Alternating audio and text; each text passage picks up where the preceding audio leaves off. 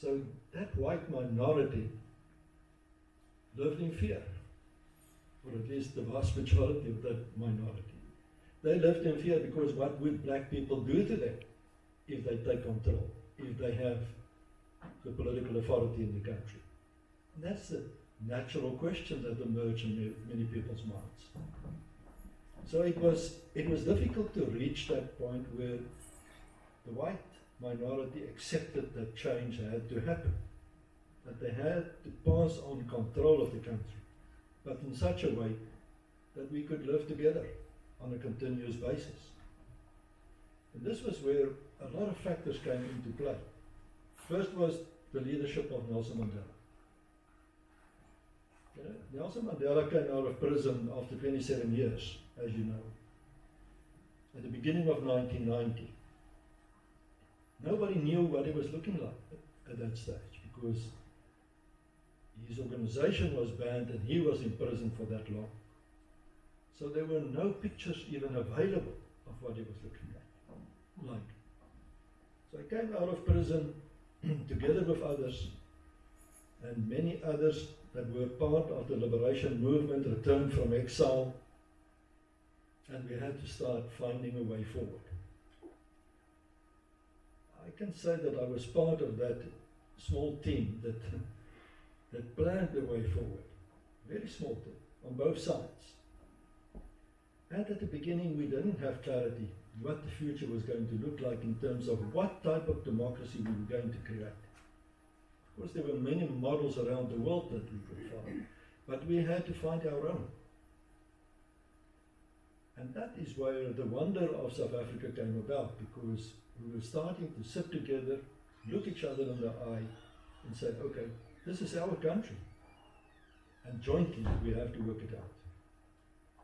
But the question was still how to pass on the power from the white minority to the majority in a democratic way.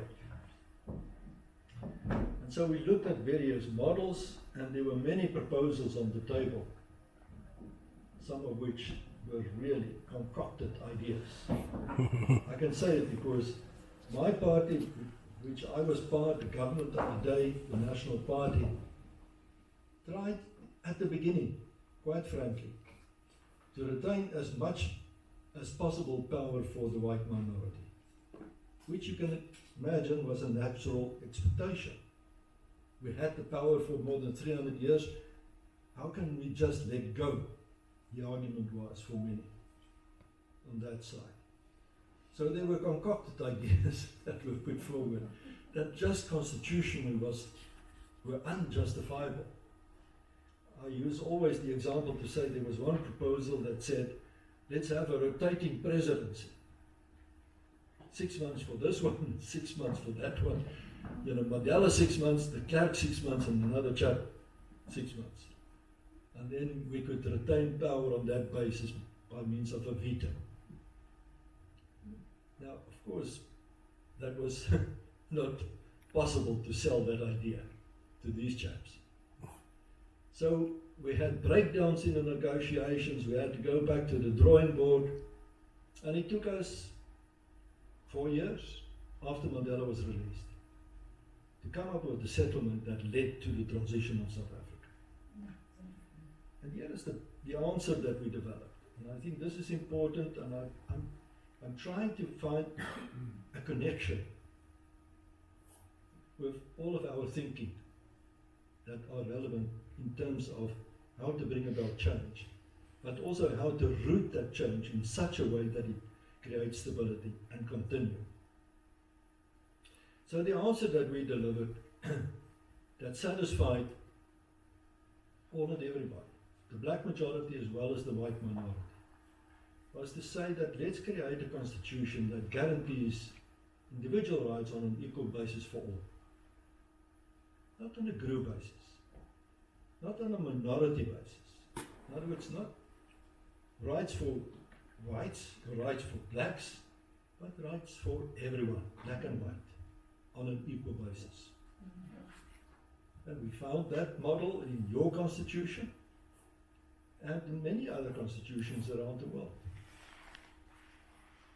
The interesting thing, of course, is when your forefathers wrote that constitution, it was mainly meant for white males. But that was never told or said. Fortunately, history took over as far as that is. In our case, it was a matter of designing a constitution in the early years of the 1990s that gave effect to that in real sense.